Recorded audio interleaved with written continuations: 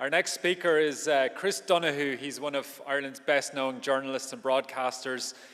He's, in my view, brave enough to co-present the News Talk breakfast show with Ivan Yates. I don't know if people have heard that, but I would say that's quite a challenge now, Chris. He's also the chairperson of spunout.ie. He's involved with the Marie Keating Foundation, and he's a great friend and ambassador for the First Fortnight Festival. So please welcome Chris Donoghue. Thank you. Thank you, everyone, and Happy New Year to everyone here. I've been thinking about this all day, and you have something coming up in the evening time, so you're planning the day around it. And it was only really at the start, when you look at this space we're in and the way it's beautifully lit, and listening to Colm and Rory, that I had a wow moment, and I took an image which is a very positive image for the rest of this year. And I want to talk about First Fortnight just for a second, because this great graphic I've been looking at as I walked around Dublin for the last few weeks, and then only in the last couple of weeks I noticed the strapline underneath, the art of mental health. I was thinking about this for a couple of days, and I was thinking what a tragedy, and I started looking into it in the 1800s, that somebody or some sector of medicine decided to put the word mental before such an important part of all of us, which is just health. And I've been mulling over this idea, and Christmas Day, we spent Christmas together as a family, and one of my aunts was there, my eldest aunt. We call her Auntie Honesty, because if she doesn't like what you're wearing, you'll know about it. And she was in usual flying form, despite the fact that she had had a big heart surgery this year. And, you know, the sentiment of all of us was, she's in great form, she's in great health, not she's in great cardiovascular health. We didn't put that before the category of this very important part of our health. And similarly with, somebody with a blood cancer. I had cancer when I was a bit younger, and lots of people are very caring about it, and they come up and ask me how I am. They don't ask me how my hematological health is. So it is a tragedy that the word mental for over a century was put before such an important part of who we are. But how brilliant it is that we have something like this, like First Fortnight, to just make us think and perhaps address it or ask for help if we need it. And the program of events for the next couple of weeks and beyond are really, really impressive. So I just want to add to what Rory has said in congratulating everyone who's worked so hard to put this together.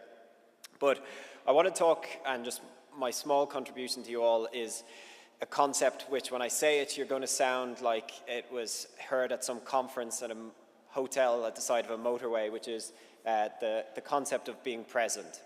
And I know how that sounds, and I remember a couple of years ago when all my bosses in News Talk had been sent to some conference, and suddenly lessons were learnings, and out of every meeting there was, what learnings do we take from this? And that all filtered out their buzzword after a few weeks.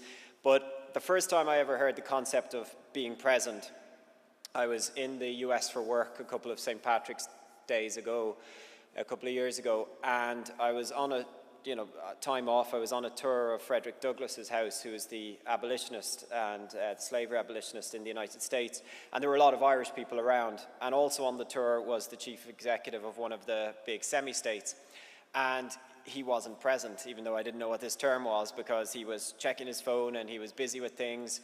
And there was this tour guide, and she was student, small girl, but she had such fire in her belly for what she was telling us about, and about Mr. Douglas, and about his wives, and about his life, and about his travels. And eventually she got sick of it, that there was somebody in the tour checking his phone constantly, or kind of staying behind to take a call, and she didn't know what he did. So she just had a moment, and she said, "Sir, be present." And there was this whoa moment, and I knew who he was, and I thought, God, he has not had a dressing down like that since he was a teenager, probably. But he took it in the spirit which it was meant, and he was present after that. And I have my phone here, and I also have this tag that my housemate and best friend gave me for Christmas. And I just want to talk about what I think is one of the biggest dangers to our personal mental health, but also to us looking after each other, which is all of this technology and all of these brilliant tools that we have in our lives that without a doubt make our lives better, but can distract us and take us away from being present in the moments that we're in. So I thought this thing, effectively I've been tagged when I think about it for Christmas. I thought this thing was brilliant. It, counts my steps. It counts the calories I've burnt today. It shakes when I reach 10,000 steps and validates me as I walk around. And all of these things. And then I noticed 2 days ago that when for a moment in my house I'm away from this thing, and that's over there, and I'm actually concentrating on the person I'm having a conversation with, and there's a phone call, this thing vibrates to tell me that my phone is ringing. So I didn't know this was a feature, and I just thought, I do not need to be that connected. I have so many reasons and so many to be rude to people that I know when I think about the last year that I was focusing in on technology and my phone, and I don't need another one. So I turned that feature off. So the US government can know my sleep pattern, but I won't have a vibrating tag on my wrist when my phone is ringing. And the reason I wanted to tell you about this was just because of a scary moment a couple of months ago where it was Friday evening and I was walking to a gathering. I think it was a leaving party for somebody. And I was walking out of my house. I had to walk through Dublin, and I decided to call one of my friends, one of my very best friends, and one of the strongest people I know. And I called him, and we are very blunt with each other because we have a lot of history. We know each other very well. And so I just thought it was that type of a phone call where he was a bit meh, and I was a bit meh. And I thought, well, I was only calling you on the walk because I missed a call from you 2 days ago. And I thought he was being a bit kind of rude or a bit scorpy. And I was obviously worked up about some trivial matter in work or something. And so I was about to go. I was winding it down. And there was this silence where I was about to go, and then suddenly there were tears. And it was like a dam opened up.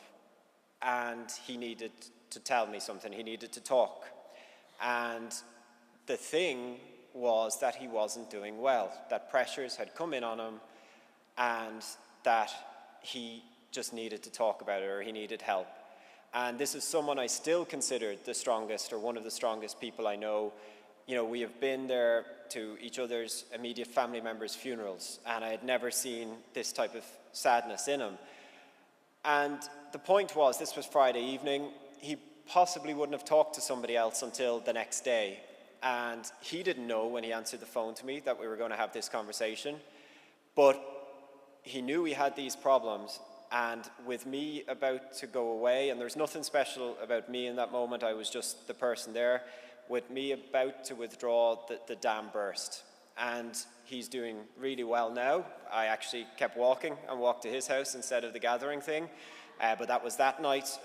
He's doing really well now. But the point is, an ignorance I have to admit to having that I am well at the moment. A lot of things are going really well for me in personal life, in work life.